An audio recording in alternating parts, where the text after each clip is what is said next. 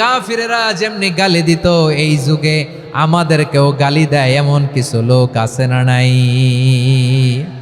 আমার নবীকে গালি দিত গণক, জাদুকর, এরপর গালি দিত পাগল, নির্বংশ বলে, আর আমাদেরকে গালি দেয় মৌলবাদী বলে, আমাদেরকে গালি দেয় রাজাকার বলে। রাজাকার শব্দটা তো এখন একটা অ্যাওয়ার্ড হয়ে গেছে, অ্যাওয়ার্ড। রাজাকার রাজাকার গালি দেওয়ার দিন শেষ। কি দিন আসলো সুবহানাল্লাহ কইবেন না? আল্লাহ তো আমাদেরকে দেখাইছে রাজাকার শব্দটা এখন একটা অ্যাওয়ার্ড হয়ে গেছে। সুবহানাল্লাহ সুবহানাল্লাহ। পরিস্থিতি পাল্টে দিতে আল্লাহর সময় লাগে না, চিল্লায় বলেন ঠিক কিনা? আমাদেরকে বলে মৌলবাদী।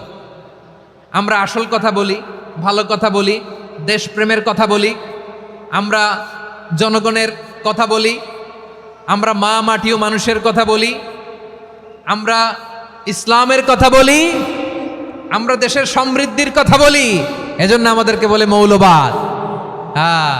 আবার আমাদেরকে বলে ধর্ম ব্যবসায়ী, আছে না নাই? আমরা ধর্মের সত্য কথা প্রচার করি, যেটা দেশের ভালো জনগণের ভালো সেটা উপস্থাপন করি, আমাদেরকে বলে ধর্ম ব্যবসায়ী। আমার প্রিয় ভাইরা, যারা ইসলামের কথা বলে, যারা কোরআনের কথা বলে, এরা ধর্ম ব্যবসায়ী নয়।